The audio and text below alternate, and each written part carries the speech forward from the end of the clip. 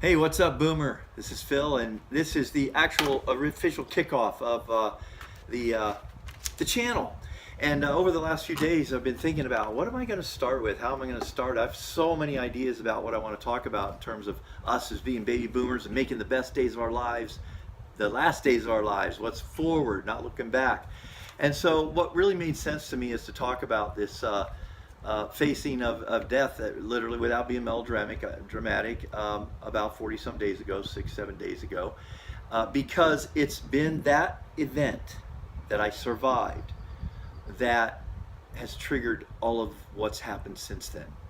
And I also believe, in terms of the response I've gotten from my friends when they find out what's happened to me, the thing is, oh my gosh, what did you feel? What was going on? What happened? How could that happen to you? You were healthy either. Not really true. At times in my life I was, but so there's a keen interest and there's a fear. And so I hope by sharing this story, of which we'll go over the next 4, 5, 6 episodes or something, I'm going to try to keep the episodes short so you stay with it. And then I'm going to put them all together so people that find this later can just watch the whole series from start to finish or whatever about this the day my heart attacked, which is what I've called this episode. And I'm going to talk about that today. But before we get into that, I've got my show notes right here. Wrote them myself, always. We're keeping this real. I wanted to share, I think you might see that right here, my newest little granddaughter. That's Glory. I can't believe I just messed up her name, I think. Goldie. It's so funny. I'm going to leave that in there because it's kind of a joke in the family. I call her Glory. She is glorious. That's my favorite picture of her so far. She's about 6 months old now or so. And anyway, I want to say hi to Emma and Remy and Goldie. And I do that because YouTube, actually a lot of people use YouTube. It's a very cool use for it, is to make it a legacy channel where they're going to know their pop like they've never known before. And thankfully they have that chance now because I've gotten a second chance on life. So I want to use this as a channel to do that. They can go back and watch and get, the technology can be used so effectively and so cool as a legacy for your family. And speaking of which, I have one more picture to share with you here momentarily.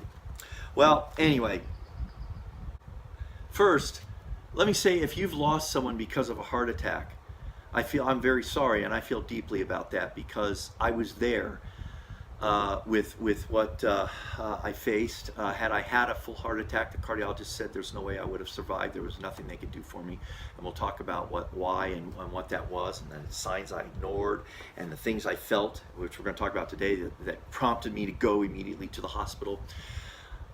And I hope I remember to tell you these things so that if it were to happen to you, you might have a chance to, the best chance to survive it, as I luckily did. So if you've lost someone with this, it's very sad, and I'm really sorry, because they say that a very high percentage, I've heard 20-30% or whatever, that the first sign of heart disease or there's a problem is a fatal heart attack in so many people. There's no chance. There's no real. That's the first sign that there's a problem. So I'm sensitive to that, but I hope that you will find hope in going forward and dealing with that and grieving and that loss you faced, and make sure that your days and your family is protected from this. Because what I found out is this does not have to be. This is very. Heart disease, cancers is so related to the Western culture and the diet we have. And before, believe me, I wasn't a believer in this until now. But I'm gonna talk about that. And I hope you'll be around to listen, because it could save your life. It could also save your family's life, in my opinion. Total crusader now on this. So let me show you 6 days prior to this incident. This was the last picture that was taken in my life at that time. And I have this perspective now, all this, when I look over my pictures and I think, wow, that would have been what was left. And this was the picture. I shared this, I think, last time. Now that's Remy. I call her my newest granddaughter, the other thing, but she's number two. Yeah, she's number two.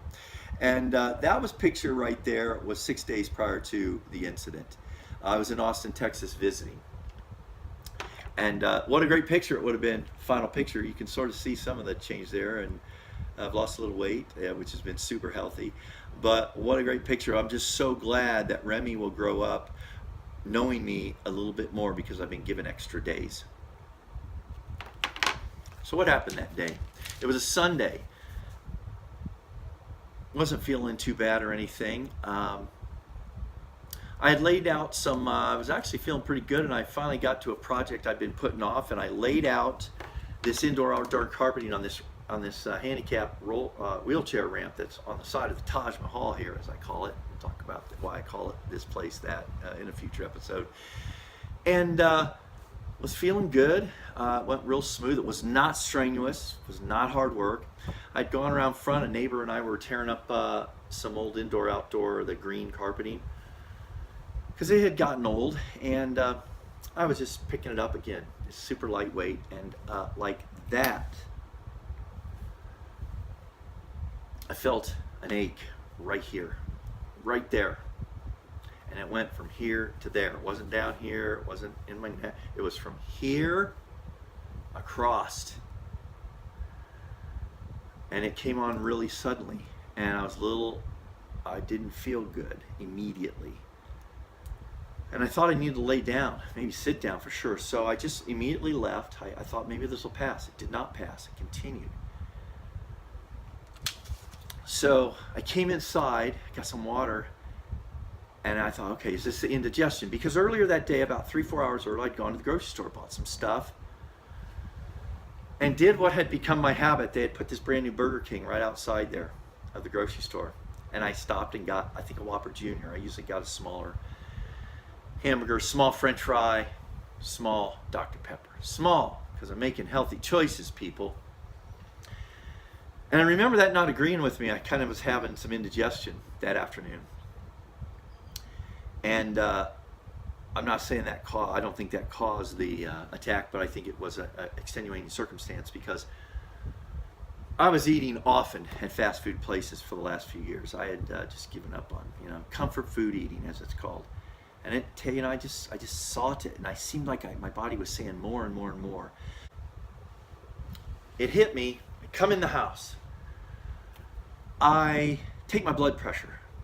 It's 200 over about 130. That scared me, because my blood pressure had really been getting out of hand. I had high blood pressure, by the way. And they told me if it ever got to 200 to go immediately to emergency room. That scared me. I thought, well, what's going on? I don't want to stroke out. So I immediately took some aspirin, because I heard that, hey, if this was still this feeling from here right across right here, still feeling an ache, pressure, whatever. Not pain so much, but an ache, and I wasn't feeling good. It wasn't going away, and as a matter of fact, it seemed like it might be getting a little worse.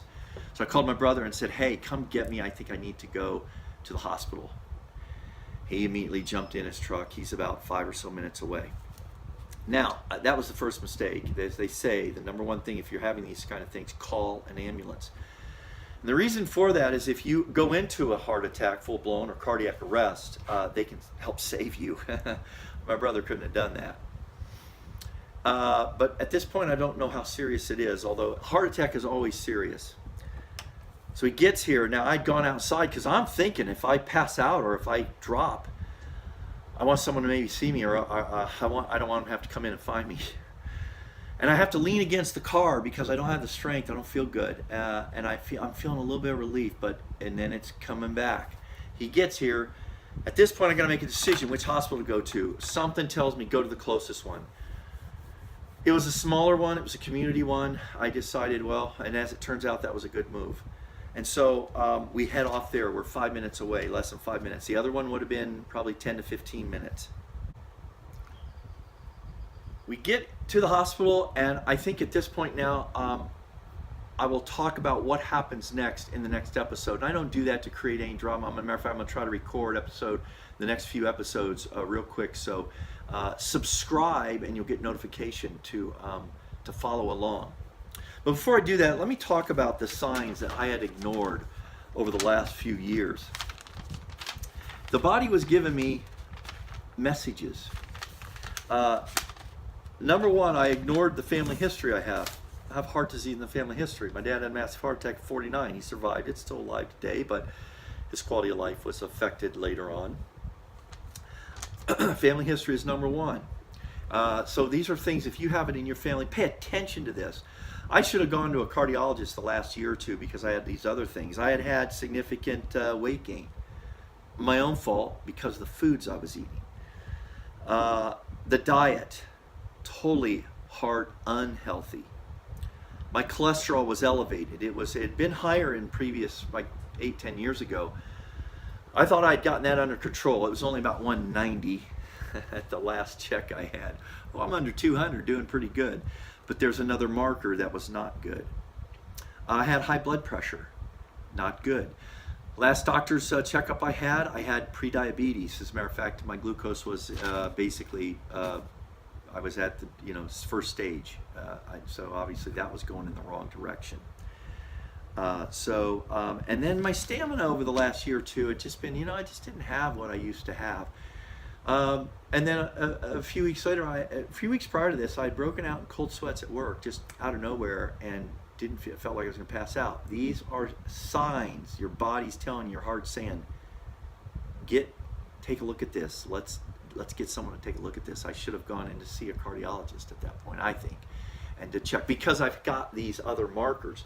And when I've told my friends about what had happened, they said, what happened? So I'm telling you today, don't ignore the signs of whatever. Now, I should have seen a cardiologist prior to this over the last year for many reasons, of ones that I just told you about. As it turned out, I got to see a cardiologist.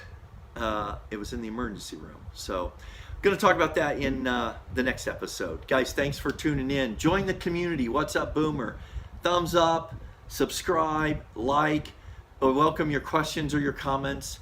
And I look forward to seeing you in the next What's Up, Boomer episode coming right up. Have a great day.